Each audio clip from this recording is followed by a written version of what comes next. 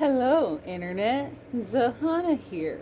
So let's talk about Samhain since it's coming up in a few days. Samhain being the muggle or mundane version of Halloween. So, Samhain, as many people know, is basically about the spirits. It's the spirit realms because the realms are thinning. So they're going to be at their thinnest on Samhain, October 31st. And what that means is that's when spirits are able to cross over easier, they're able to communicate easier, and you never know what's going to come from the other side. Unless you do know, but most people don't pay attention or don't know. It's also one of the best times to do divination and spiritual workings. Shadow works, which is basically looking at the darker part of you, is a good time right now, and that's because also the nights are getting longer and darker. So, working with a little bit of shadow work and darkness, you can embrace it and it will be comfortable and safe, or at least understanding to you in ways. So, the best thing for Samhain is communication with ancestors. In fact, it's kind of a version of a Day of the Dead type thing where ancestors will come to you, especially if you invite them with an ancestor candle, like this one over here. I turned it into an ancestor candle, and I do reuse old, other candles because the wax kind of stopped. The wick disappeared completely and I couldn't carve it out or get it out. The candle wasn't made correctly or something. I didn't make it. It was a cheap one I had bought. So what I now do is use tea light candles and other candles and use this candle as a candle holder and these little spirit beings to represent certain people. And I've got them surrounding my candles. You can't see the spirit beings from over there. I bought them. There's ones of all different faces and eyes. I think they're cute. I bought them off of not Team Etsy probably or something like that. I also got these cute little mushrooms with different little faces and colors on their tops. And I do set them around. They fall over quite often, especially when my dogs are playing and running around the house with each other. And my girl dog's tail goes whip, whip, whip, thwack, thwack, thwack, and knocks everything around. Today, that's why I actually don't have my candles lit right now, is because she's been having the zoomies the last couple of days during the rain. And so I'm trying to be careful of that tail whip of hers. I've also been having a little bit of a runny nose, so with this season, it is a good time for soups and baking.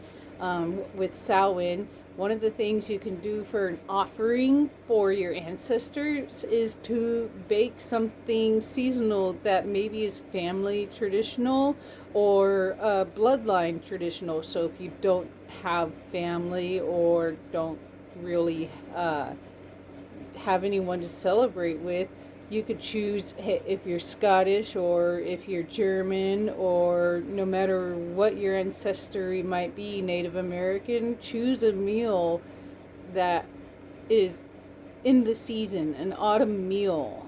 And it could be with squashes or breads or desserts, and have it as an offering. Give a plate to your ancestors. What I've done when I had a house in the woods with family is I would set a small bonfire and I would put a plate at the bonfire for the night, and that would be my offering.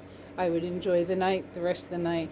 Also, you could, like, I don't know, there are so many different options. that is honestly the most common one, is a offering of food.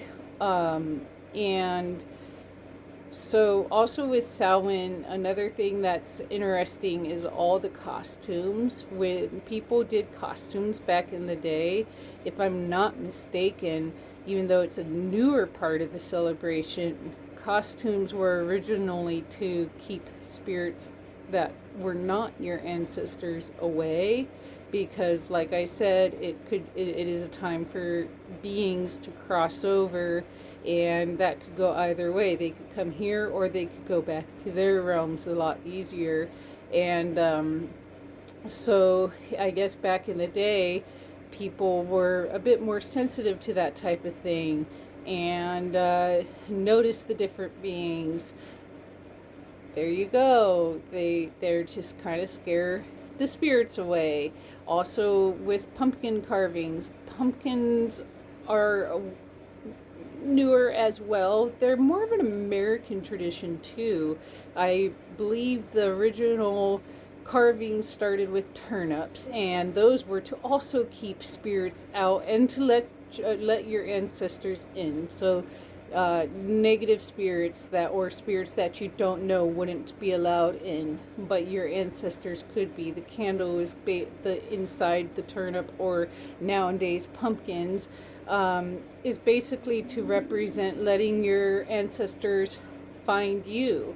I personally would probably use an ancestor candle, tea light candle even, and do an ancestor blessing or something where you pray over it and ask your ancestors to see it when they do want to visit, or for protection of the home and whatever you may need.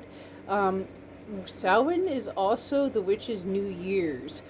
Uh, it's different for a lot of people, and but for the wheel of the seasons, it is our new year. We feel most alive and awakened around this time of year. Our energy feels revitalized, and we want to be out in nature and foraging sometimes, or even admiring foraging and hiking, which involves foraging, but not always.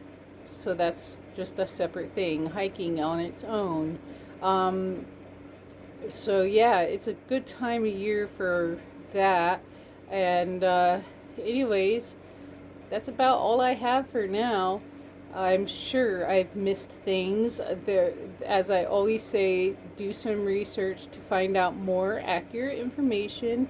And I know I don't have timelines for when things like pumpkins started or costumes started. I just know those are a lot newer to Samhain. So definitely do your research and look into it more to find out more from what others tell you Samhain is, and how you can connect with it, and how it does actually have a lot to do with ancestors and spirits crossing the realms. Anyways, happy Samhain. Talk to y'all later.